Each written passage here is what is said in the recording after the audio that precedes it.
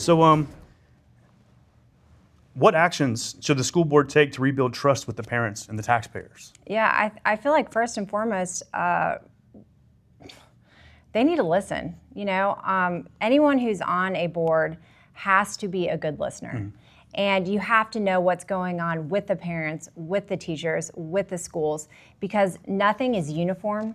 There's definitely unique situations with every school and every situation. And so I really feel like there's a huge problem with listening and connecting with parents and teachers who I believe are the boots on the ground. And so I feel like if people are willing to listen first and then understand the problems, that's the very number one most important thing.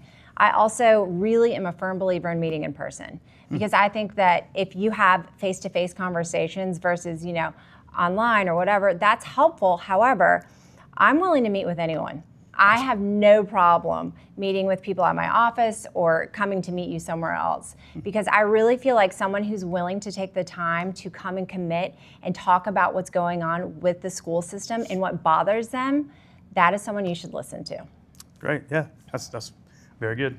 And jumping right into this question as well, with all the recent violence happening in schools we've seen on the news here and there, what can be done at the board level to try to combat some of the recent violence in our schools? Yeah, something that I really think that should happen is when you get suspended, you don't go home and play video games. Exactly. I really feel like we should really utilize some of the resources that we have in the community. For instance, I haven't talked to the sheriff or police department about this, but I would like to get them involved. If someone gets suspended, maybe that child goes and follows around a police officer for a day, or maybe they go around and follow a sheriff for a day.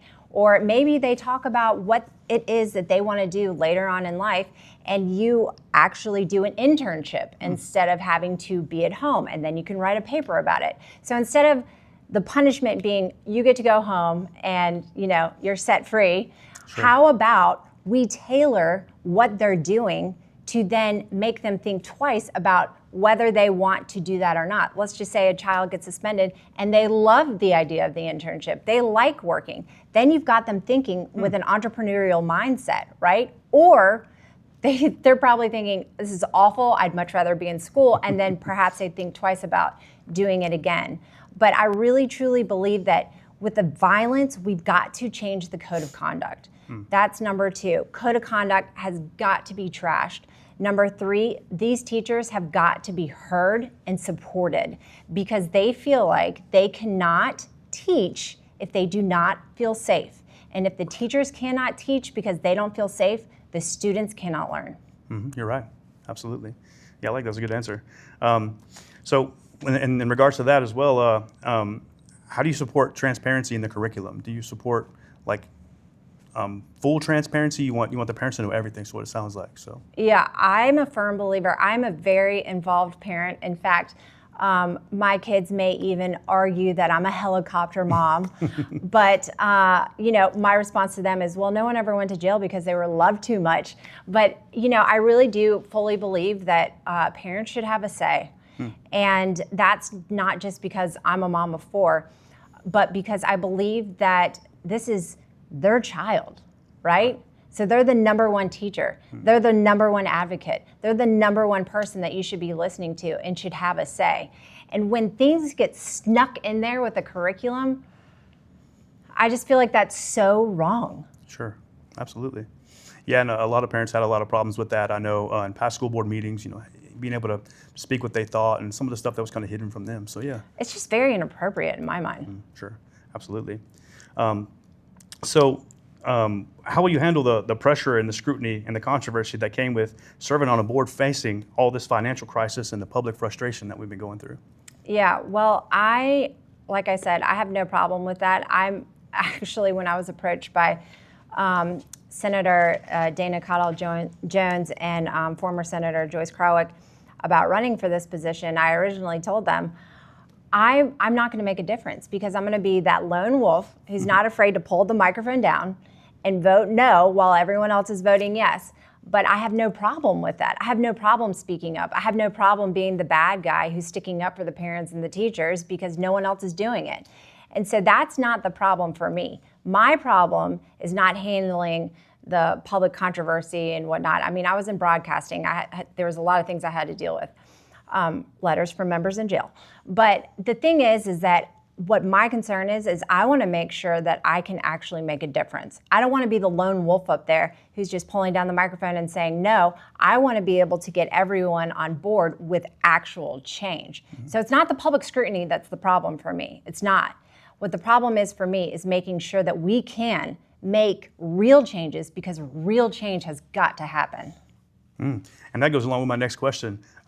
So, like, what are your plans to make that happen in the future? Like, how do you plan on getting the board to hear you and to respond? Because, it seems that you are one vote, and the rest of the votes kind of, you may be the only one. So how would you go about basically making your voice heard with the board? Yeah, that's a good question.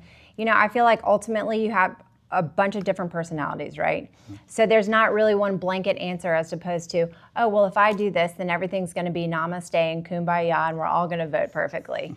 I think it depends on the situation, the different personalities, and really just coming together and trying to have open discussions that are public to everyone else, not behind closed doors.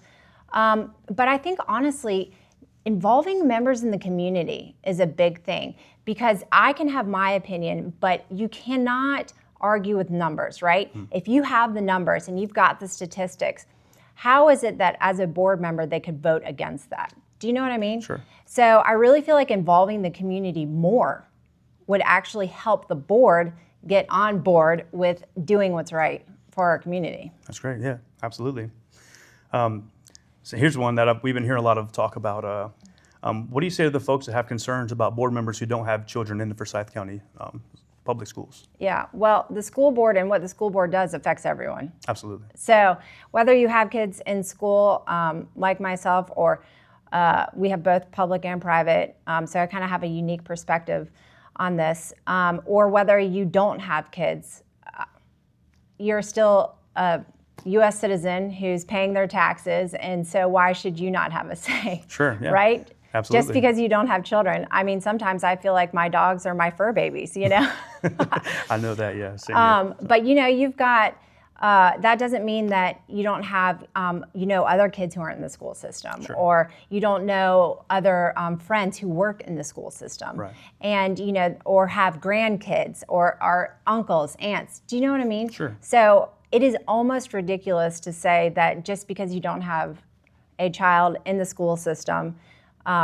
you shouldn't be on the board. And I'm one of the few members that does have kids, so I should be campaigning against that, but I really don't feel like that should be a qualifying Right, yeah. characteristic for someone to get on the board. Sure, absolutely.